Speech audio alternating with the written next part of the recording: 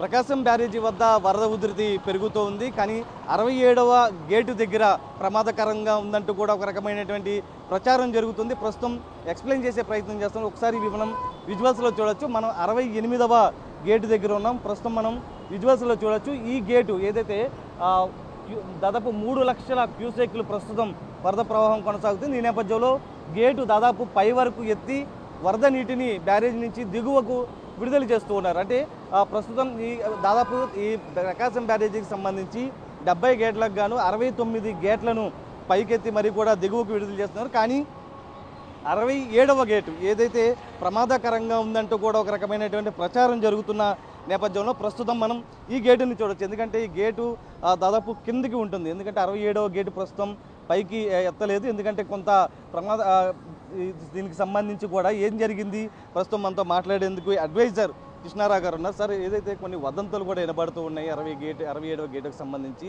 అసలు ఏం జరిగింది సార్?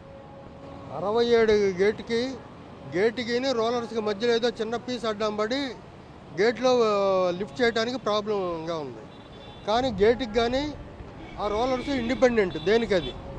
దానివల్ల ఇప్పుడు గేట్ లేకపోతే చైన్ మొన్న కట్ అయిందన్నారు, అవి మళ్ళీ బిగించేశారు. ఆ అడ్డుపడిన దానివల్ల గేటు పైకి వెళ్ళకవట్లేదు.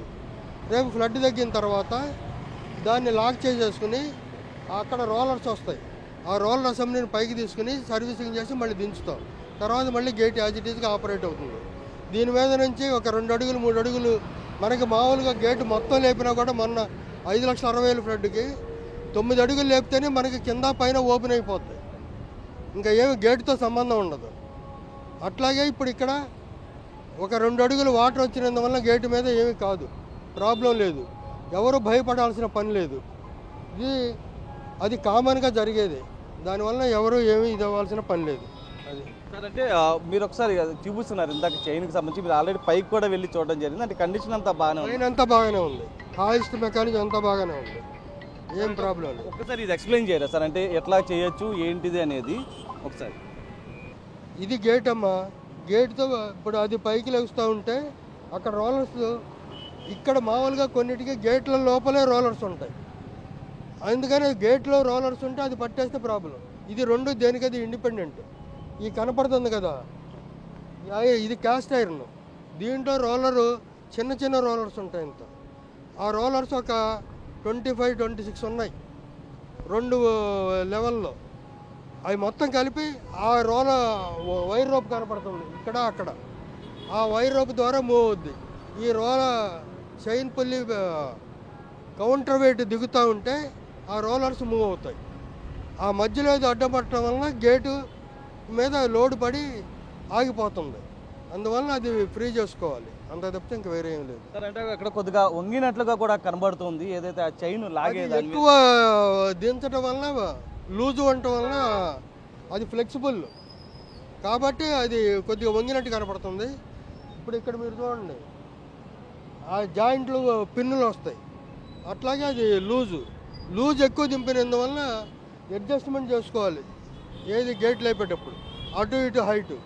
దానికోసం కూడా ఆ పైన అక్కడ ఉంటుంది, కింద ఇంకా ఆ కింద రాడ్ ఉంది కదా, ఆ కింద రాడ్ దగ్గర తిప్పితే ఆ లెవెల్ అడ్జస్ట్ అవుతాయి. దాన్ని టర్న్ బకిల్ అంటారు. ఆ టర్న్ బకిల్ దగ్గర తిప్పితే 2 ఒకటి సెట్ చేసుకోవడానికి, ఎక్కువ తక్కువని ఆ పక్క ఈ పక్క సమానంగా చేసుకుంటారు. అంటే ప్రస్తుతం 3,50,000 క్యూసెక్ల వరద నీరు వస్తుంది. ఇంకా 5 లక్షలు కూడా పెరగచ్చు అని చెప్తున్నారు. 69 గేట్లను కూడా పైకెత్తారు. ప్రస్తుతం ఈ గేట్ ఎత్తకపోతే ఏమైనా ప్రమాదం ఏమైనా ఉంటుంది? ఏమాత్రం ప్రమాదం లేదు, ఏమాత్రం లేదు. ఇప్పుడు అక్కడి నుంచి లెవెల్ ఇంతకంటే పెరగదు. నీకు 12 అడుగులు ఇక్కడ ఉంది, 15 అడుగులు. ఇప్పుడు లాస్ట్ టైం ఎంత వచ్చింది, పైన 17 అడుగులు వచ్చింది అనుకోండి 2009 ఫ్లడ్లో మ్యాక్సిమం వచ్చినప్పుడు. ఇప్పుడు 5 లక్షలు వచ్చినా 1 అడుగు వస్తుంది. అడుగు వచ్చి దాని మీద ఈ పైన నీళ్లు కూడా దాని మీద పడకుండా ఎక్కువ పెట్టారు. ఇంతకుముందు అంటే గేట్ల మీద పడే నీళ్లు వచ్చినట్టు బయటకు వెళ్ళిపోతాయి అంతే. అంటే రకరకాల ప్రచారాలు కూడా జరుగుతున్నాయి, గేట్ ఇరిగిపోతుంది మొత్తం వరదంతా. ఇది డిజైన్ చేసింది, దానికి ఫ్లడ్కి డిజైన్ చేసింది నేను. ఏ విధమైన ఇబ్బంది లేదు. కానీ వాటర్ ఫ్లోటింగ్ అక్కడ తాకినా కూడా ఏమి ప్రాబ్లం లేదు, రోజు తాగుతూనే ఉంటుంది కదా.